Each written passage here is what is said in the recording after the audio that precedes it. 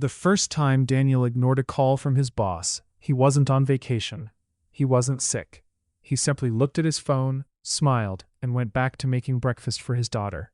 A year earlier, that call would have filled him with anxiety. Today, it no longer controlled his life. Nothing about Daniel looked extraordinary. His neighbors had no idea that something invisible had completely changed his future. 3 years earlier, Daniel never imagined he would reach this point. Every weekday began before sunrise. Coffee, highway traffic, 45 minutes of stop-and-go congestion, 8 hours of meetings, then another 45 minutes home. By the time dinner ended, he barely had energy to enjoy the evening.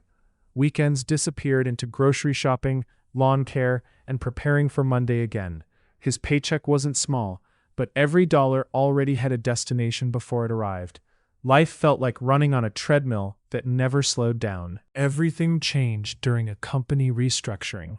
One Friday afternoon, several employees were called into a conference room. Some returned carrying cardboard boxes. Others never came back. Daniel kept his job, but the fear stayed with him. Driving home, he asked himself a question he had never considered before. What happens if one company controls my entire life? That night he realized something uncomfortable. His salary wasn't his greatest asset. It was also his greatest dependency. Daniel stopped chasing promotions. Instead, he started chasing ownership.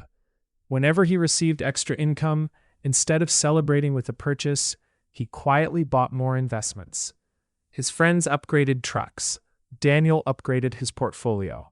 His coworkers debated which luxury SUV to lease. Daniel debated how much more he could invest before the end of the year. Nobody noticed, because ownership isn't visible. Receipts are.